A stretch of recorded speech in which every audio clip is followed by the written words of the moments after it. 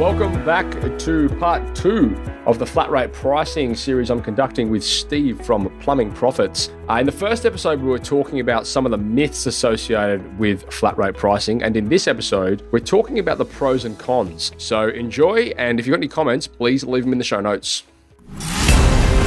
Giving tradies and contractors around the globe the tools to run a modern business. You're listening to Toolbox Talks from the Site Shed. Now here's your host, Matt Jones.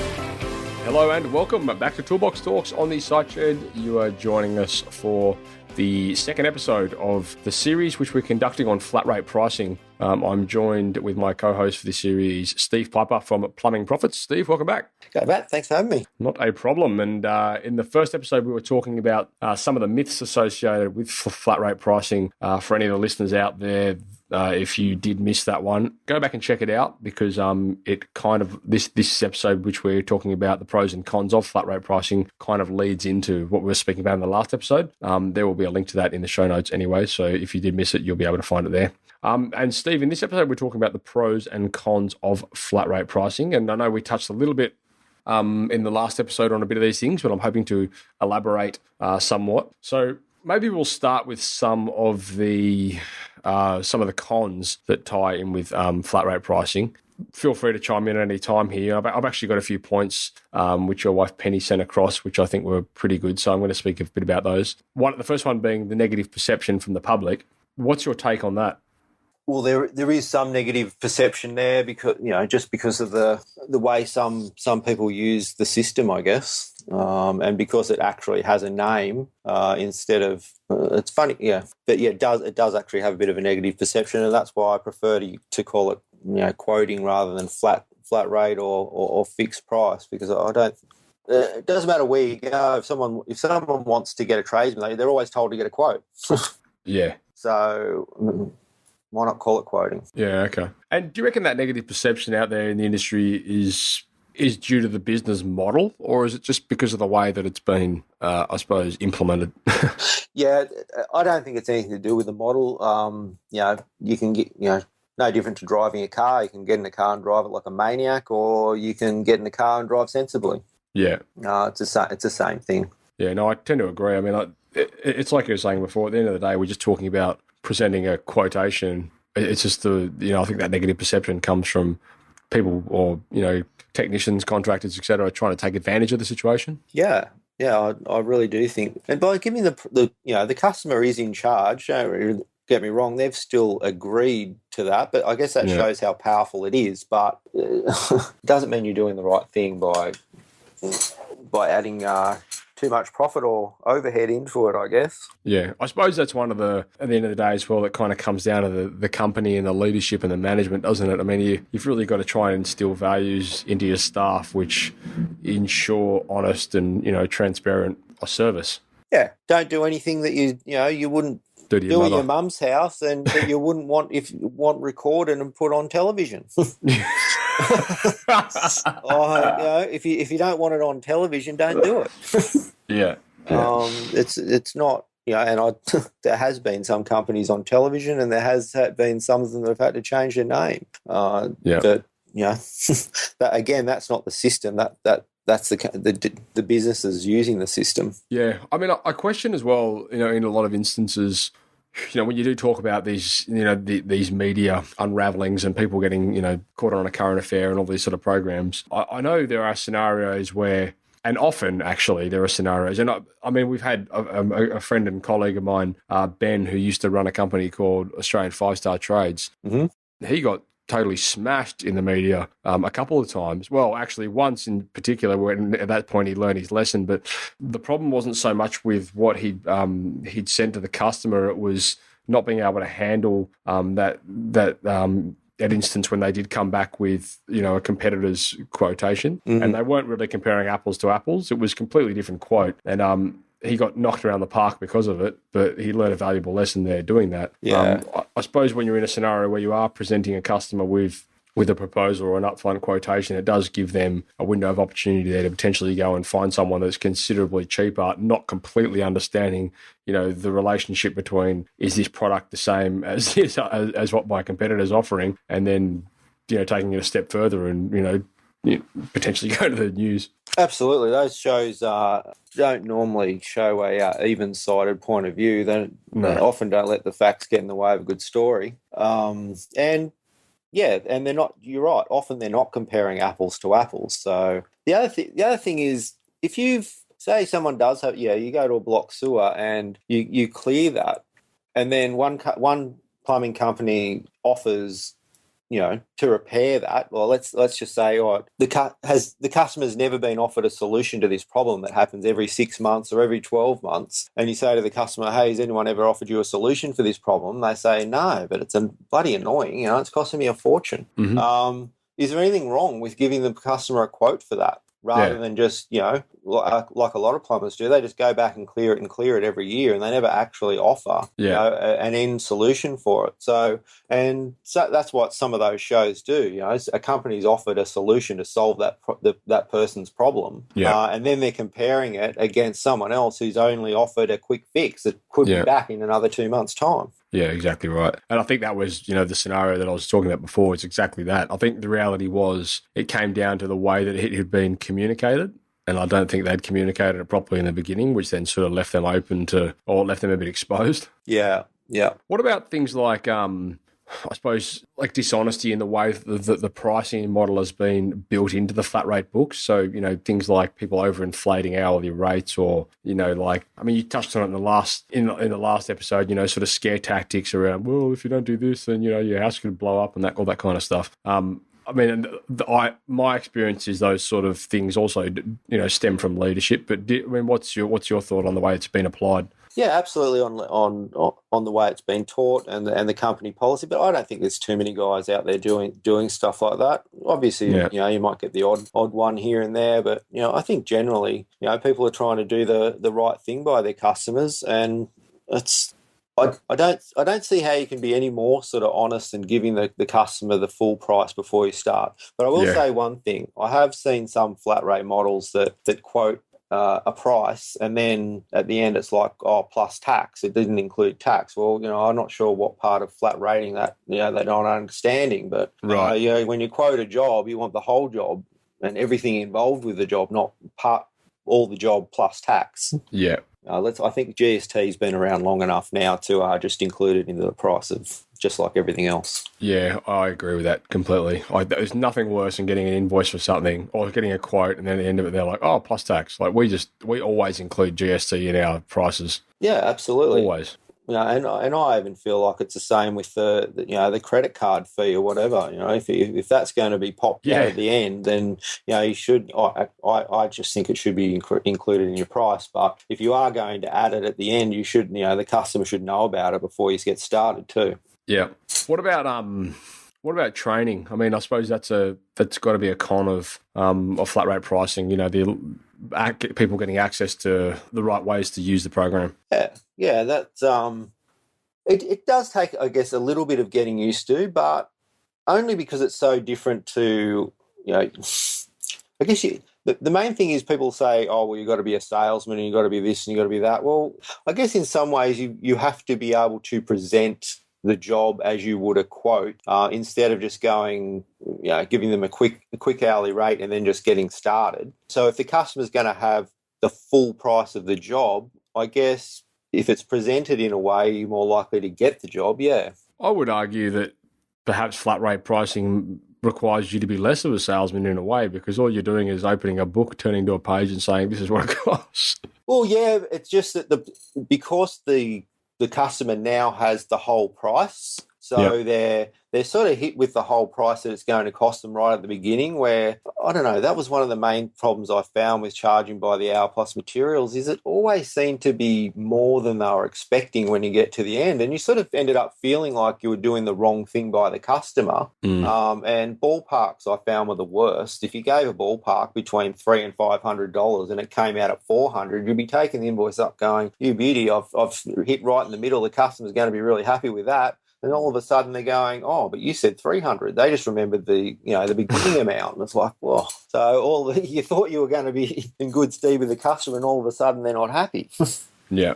What about, I suppose, investing in the actual, in the system and the product? Well, I mean, I suppose there's a couple of things there to consider, isn't there? You've firstly got to invest in the program, the tool, the application, the technology to run it, and then you've also got to invest in, training your staff to use it, making sure that they're following protocol, keeping on top of the way they're out on site using it actually with the customers, and then you've got to keep on top of, I suppose, following up with the customers to make sure they're happy and all that kind of stuff. What about, how do the costs all tie in, I suppose, relative to what it's going to cost me to get set up, and then what it could potentially be earning me? Okay, well, even just a basic, let's say someone does, I don't know, they increase their hourly rate by $20 and put it in the book. Yeah.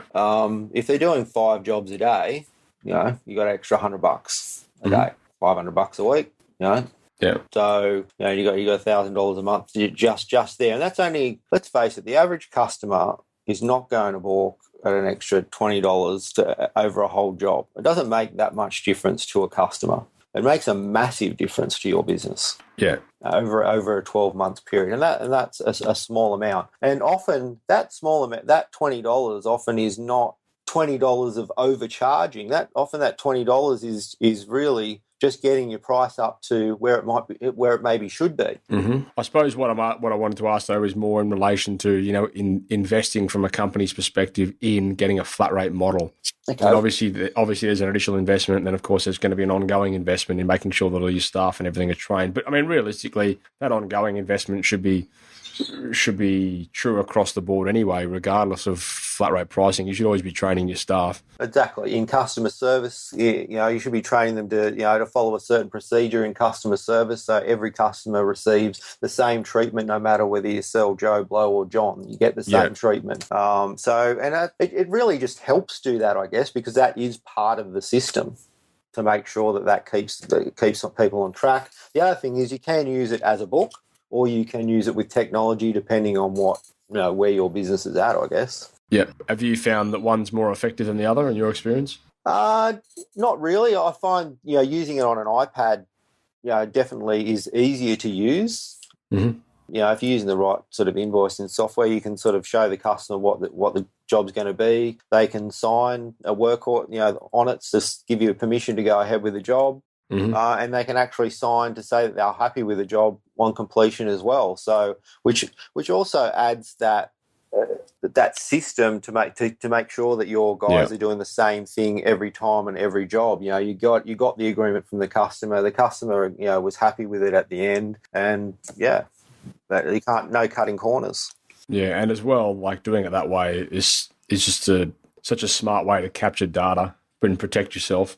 Also, well, then you're guaranteed to get their email address because you're going to email the receipt straight to them. Exactly. Building the database. I love it. Without even trying. Yeah. Let's talk about some of the pros. So, I suppose primarily, as you mentioned in the previous episode, now we're in a situation where, the tradesperson can be getting paid on the job. So that's got to be one pretty substantial pro. Yeah, much better for cash flow and, all that time chasing money. What about, I suppose, and you touched on this in the last episode as well, that scenario where you've got, an experienced tradesman who may do the job a lot quicker. Now they're in a scenario where, they're doing a lot quicker. Therefore, if they're doing charge, they wouldn't be able to charge as much. So you get sort of a less experienced tradesperson that's making more money because they're not as good as what they do. Absolutely, and I found that when I had a team of guys, it was like some of your best guys who you really wanted to keep and who may have been asking for more money. When you actually were looking at sheer numbers, those guys were actually making less money per job than your average guy. So how do you tell a guy that you really want to keep and he's doing a great job, sorry, buddy, I can't afford to pay you any more money because you actually make less money than the guy over there? Yeah. It's just, you cannot keep good staff that way. Yeah. So I suppose flat rate will eliminate that, right? It does. It does eliminate that. It kind of like pays them, you're getting paid for skill as opposed to time. Yeah, absolutely. And there's no more, just because you might have, a couple of young guys in your team and a couple of older guys, and there's not, I guess traditionally people have paid, more money just because the person has been there with them the longest, but that's not necessarily saying that guy's actually making any more money. Yeah. Maybe he's not worth paying anymore. Maybe some of the younger guys are worth paying more money. They're actually, So it gives you a way of tracking individual performance. Yeah. Okay. I suppose another pro that I can think of as well would be, it kind of addresses the question of around cost before it arises. So, I mean, as you've already touched on, you're out there and you're actually presenting the customer. You're saying, well, this is what it's going to cost. Are you happy with it? And then, yes, they sign off on it, or no, they don't. Yeah, that's right. And they're obviously free to get other quotes. And let's face it, as tradesmen, when you turn up to somebody's house, to look at something, you don't really know whether there's been someone there before you or whether they're planning on getting someone after you. Like, you don't really often know that if it's a new customer what the situation is. So I think the fairest way is you look at it, give them a price, and go from there. And is that where I suppose the service call would come into play, just to make sure that you've buffered yourself a little bit in the scenario where they don't want to go ahead with the job and you haven't lost your time? Yeah, well, you can build a service call into a job. Let's face it, even if a lot of guys who charge by the hour, they'll have a first hour charge. Yeah. Which includes part of, their travel time or whatever. And I guess you can do that on the first task with a book too. Normally, if you're doing an extra task, that would be at a cheaper price. Yeah. I can see it would take a lot of pressure off, I suppose, from the plumber's point of view. Well, in a number of areas. I mean, firstly, they haven't got to go trying to, I suppose, build out this quote. It's pretty much already done for them. So I can imagine that would save a lot of time and a lot of effort from them. Secondly, I suppose like the pressure around presenting a customer with a quotation.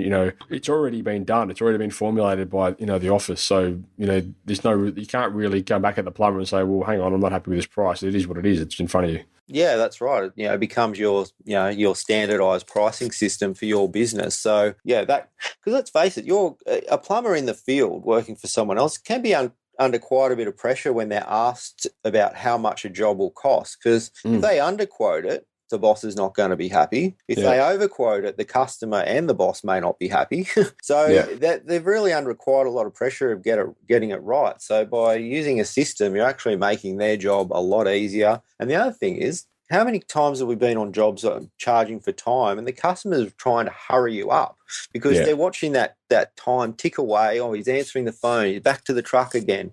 Once they know the price, all that just disappears. Right. They don't care whether you answer a phone call or whatever. Generally, they know what it's going to cost them, and that's it. Their mind is at ease. Yeah. You touched on I suppose building a system into the business, and I mean we talk a lot about system creation at the site shed, and I guess you're right, because at the end of the day, I mean, you sold your business, so I'm guessing when you sold the Pied Plumber, you had systems in place that could be acquired. Yeah, absolutely, and that enabled me to basically, I was there one day and gone the next. There wasn't really a great deal of changeover because there was a system that ran. It didn't need me, to be perfectly honest.